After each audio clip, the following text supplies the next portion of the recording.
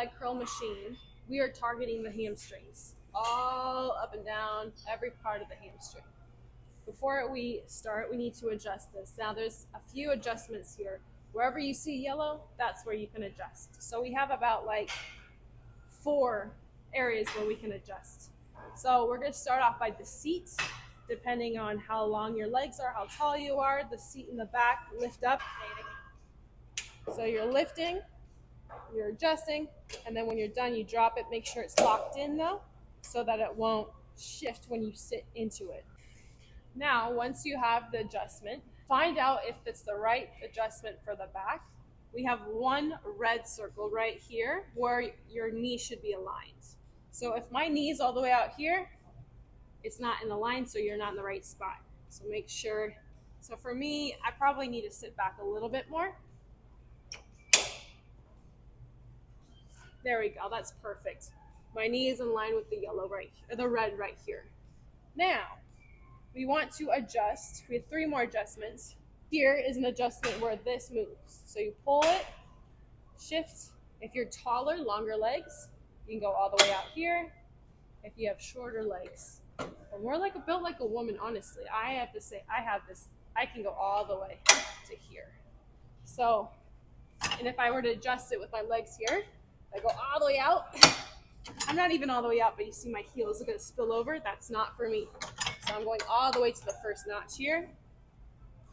This over here, depending on your flexibility with your hamstrings, you can adjust this. If you're not as flexible and you need to start somewhere a little bit lighter, you have this range of motion. But if you go all the way up here, you have much fuller range of motion. Now, once you adjust that, this is where your legs are good. Put this cushion onto the legs. You pull it away, then drop down. Make sure you have a click.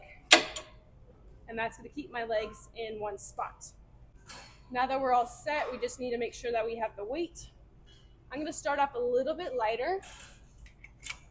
If I'm needing to move the weight, a 5-pound weight over here, instead of going all the way down 10 pounds, we can do that. Just a little bit heavier. For the first round, I'm going to flex my feet, and I'm going to exhale as I curl my heels underneath. Pause, feeling that engagement in my hamstrings, and then I slowly release, feeling the burn. Big inhale, exhale, curl, hold. The holding will really get the hamstrings to lock into place, and it's slow releasing. That's the part that you're really feeling the extension. So you're contracting, you're squeezing your hamstrings in, feeling that engagement, and it's slowly pulling it apart. You can also put your hands here if you're feeling or like it's overwhelming. Squeeze into these handles, or I don't know, I like to put my hands up here too. It really doesn't matter. Now, after a few, play around with your feet position. Pointing your toes will get deeper into the hamstrings, closer to your calves. You might even feel a Charlie horse in your calves, but it's working a little bit lower in the hamstring. Slow release versus the flex gets a little bit higher. So play around with the feet motion, just making sure that your feet aren't just dangling dead, because that's going to put more tension on your knees. We don't necessarily want that. And if you want to play around with it even more to really target different spots in your hamstrings, if you let your toes go out, heels come in, you get more in the inner part of your hamstrings, the inner thighs more.